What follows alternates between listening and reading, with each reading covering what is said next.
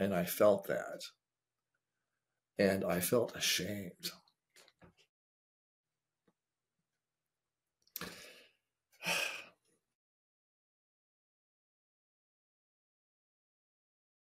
So I turned my attention to this being because he was there. I'm assuming it was a he. And the being, I was expecting this judgment, like, how could you be such a jerk? And there was no judgment whatsoever.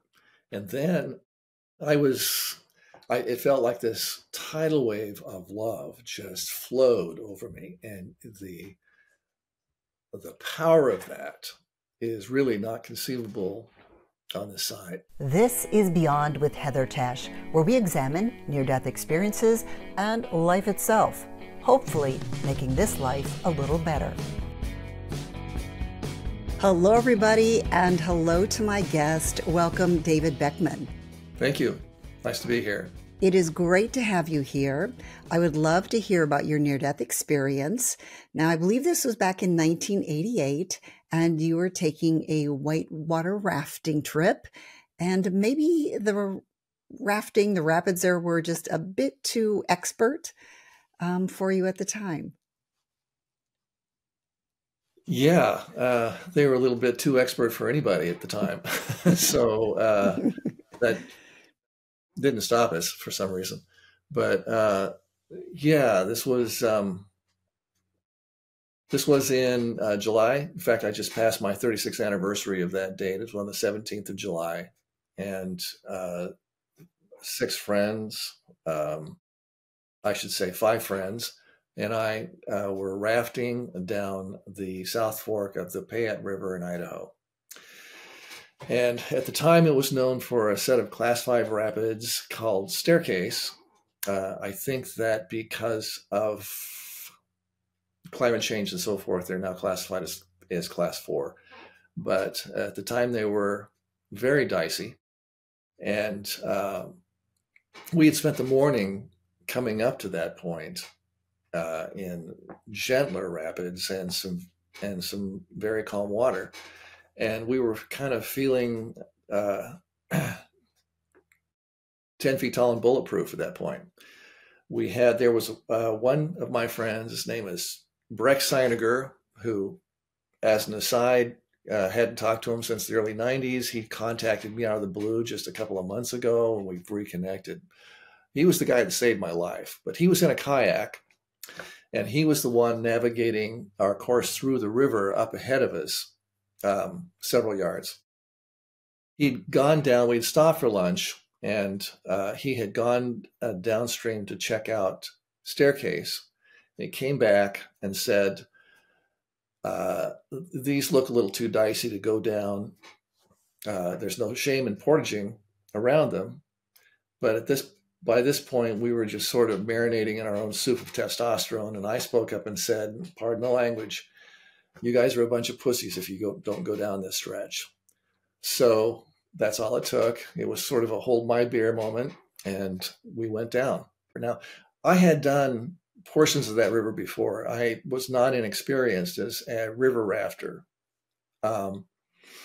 Really, if anything, I was just guilty of a lot of hubris that day. After lunch, we started off towards the Staircase Rapids, and I had changed places from the front of the raft with the guy who had been on the rear of the raft. He wanted to have some time on the front, so I thought, sure, I can do that. So immediately we're running down the river, and it starts dropping quite a lot. It's Staircase is named because it's a drop-in pool. In other words, it's like these huge stairs that run down these sheer canyon walls, and for much of it. And there was a large boulder, probably about the size of a small car, jutting up out of the river as we started to enter the rapids. And I'm hearing over the roar of the water the guy on the tiller in the back to tell us to row hard to the right, because we didn't want to hit that rock and we didn't want to go down the steeper channel on the left. So we're all rowing furiously, but it's pulling us off to the left, and we actually end up hitting that rock. The raft goes perpendicular. The guys fall back on me, and they knock me out of the raft. So I'm watching my feet follow me into the river, and I'm thinking at that moment, I'm going to own the bragging rights to going down staircase and nothing but a life jacket. And about a second later, I could feel panic welling up into my throat because I could tell that I was in big trouble. The force of that water left me pretty helpless. There wasn't anything I could do to help myself. It was going to take me where it was going to take me. So I'm going down over these little mini waterfalls. And what happens is the hydraulic force of that water pushes you down, and what river people call maytagging. You're agitated in this vertical eddy down below, and the shifting currents and so forth eventually spit you out. And as that was happening to me, I could hear the roar of the water because it was dark and quiet down there, and I could hear the roar of the water and start to see daylight up through the water and the foam. And I knew that I could blow out my lungful of air and get another one in before I got taken back down again. But in the process of going through all of that, I was just getting bashed into these rocks, big rocks.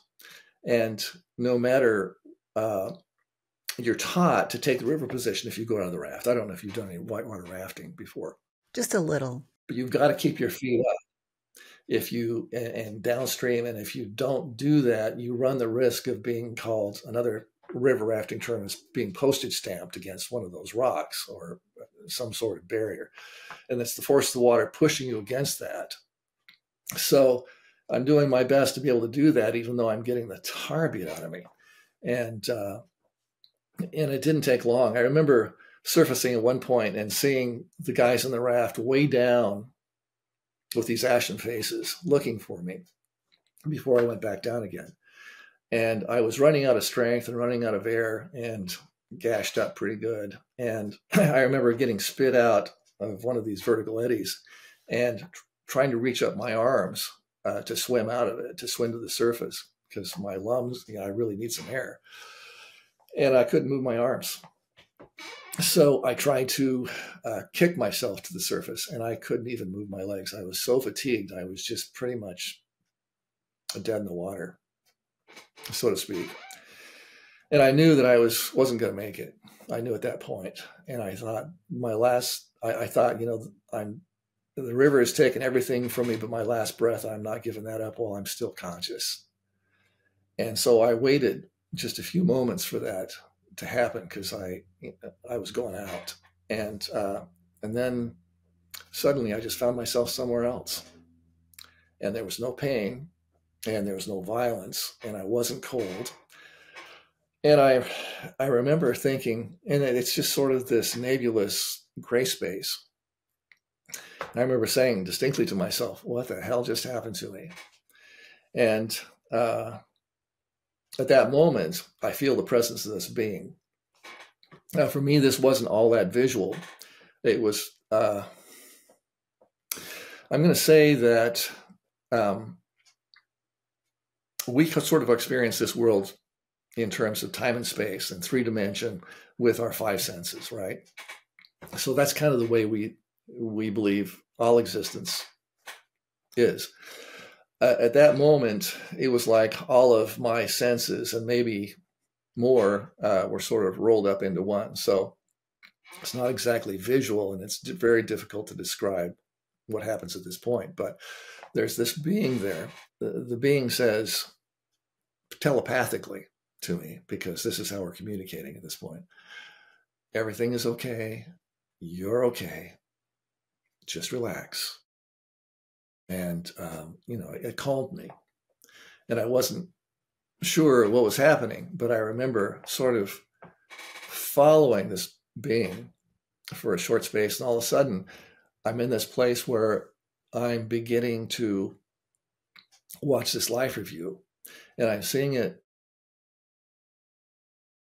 The way I'm going to try to describe it here is not going to be all that accurate, but I'll do my best.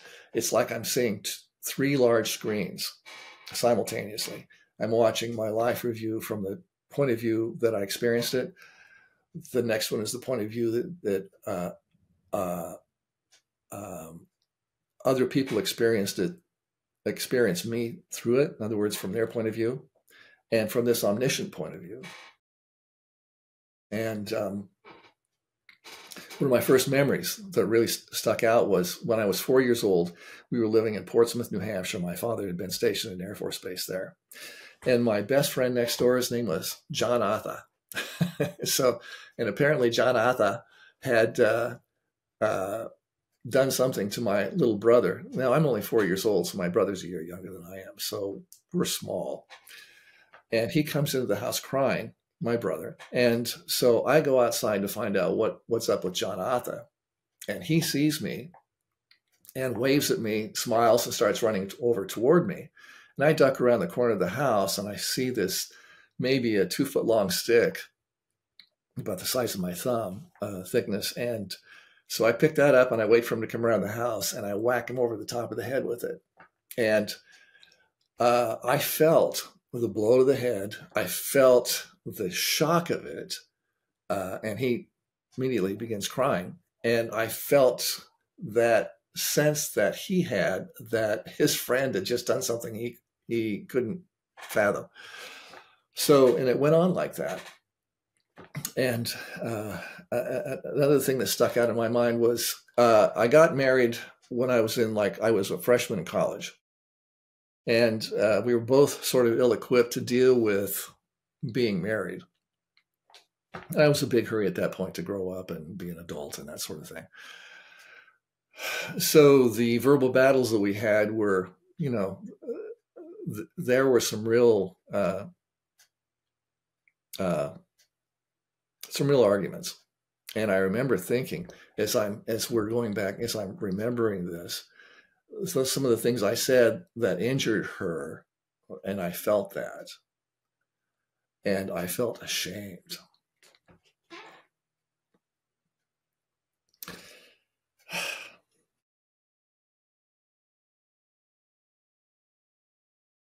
So I turned my attention to this being because he was there. I'm assuming it was a he, and the being, I was expecting this judgment, like, how could you be such a jerk? And there was no judgment whatsoever. And then it felt like this tidal wave of love just flowed over me. And the power of that is really not conceivable on this side. It's just amazing. And there's no judgment. And it was like all these things were sort of downloaded into me, this knowledge. And it's like, nobody's going to judge you but you. You're only here to experience and to learn from those experiences. And you chose to be here. In fact, every person on this planet chose to be here. And we're all pretty valiant souls because we came here without any foreknowledge of anything, and we muddle through to get that experience. So that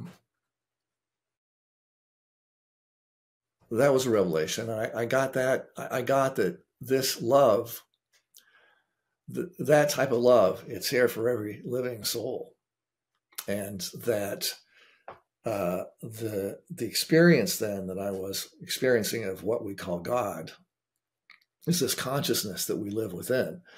It's not this old guy in a white beard somewhere in heaven who will judge us when we finally pass on. It's as though we are bobbing around in this sea of God consciousness. So we exist within that consciousness. And there's nothing but love that emanates from that. And I got the sense that love was, in fact, the thing that created everything. It's a power. And we get to experience just a little part of that here, if we're lucky. So then I was told, after I'd gone through that, I was told, you can stay or you can go.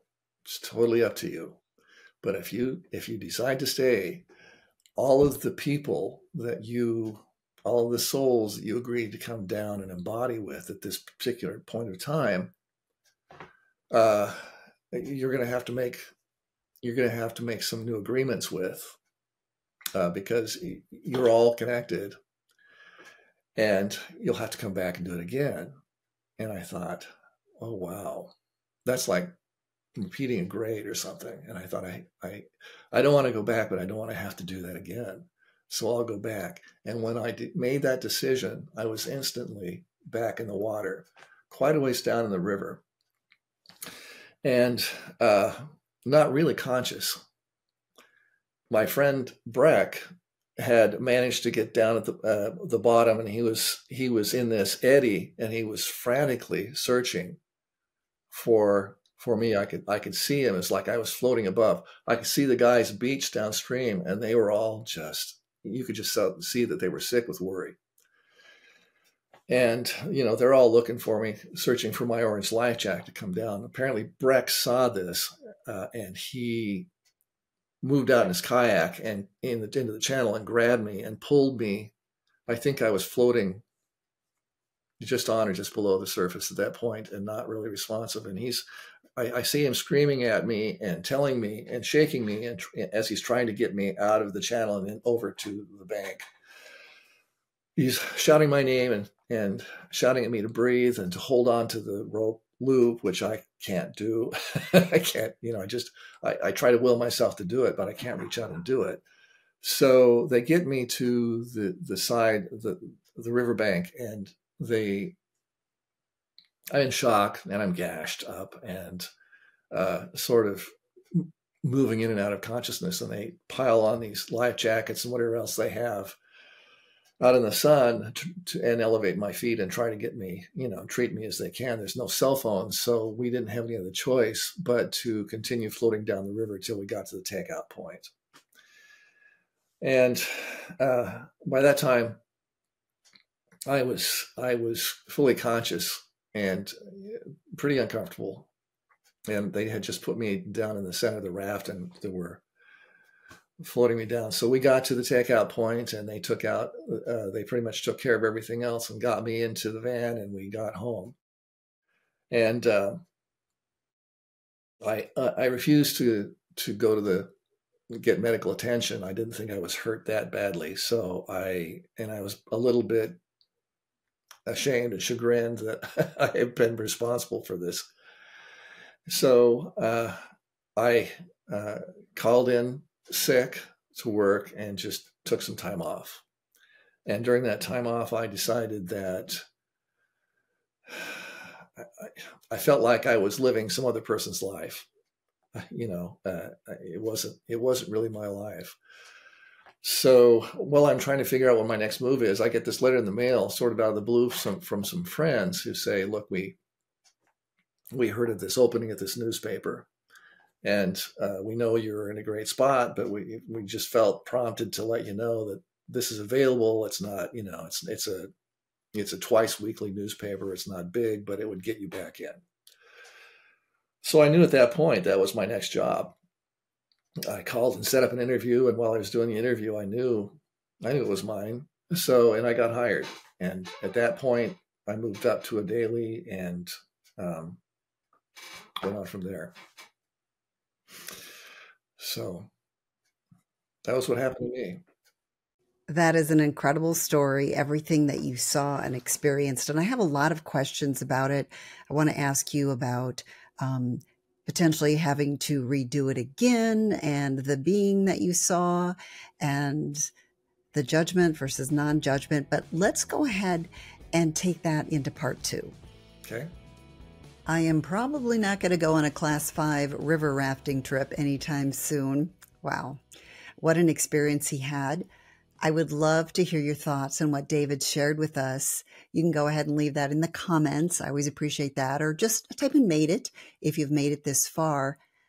Not all of you stick around for part 2, and I really hope you will, Part 2 is where I dig in and I ask a few more questions. And it always seems like we really get to some interesting things. And we did with David. What I was taught in Sunday school was really a Sunday school version of something it's like trying to explain a 787 to a kindergartner. And so we relate to it in terms so that we can understand. I had the sense that there were these souls that were sort of hanging out in the periphery of where I was, if that makes sense. They were holding themselves out of what I will call the love and the light of what we call God. You get to experience whatever injury you might have inflicted on this other person or these other people. And one way we might balance the books, so to speak, is that we might choose to come back as a victim, to choose to be a victim of this type of experience that we inflicted on someone. We really got into some interesting conversations, and I hope you'll come back for that. If you did like this one, go ahead and give it a like. If you haven't subscribed yet, please do that. And as I always say, most of all, thank you so much for being here. I am so grateful to have you as a viewer.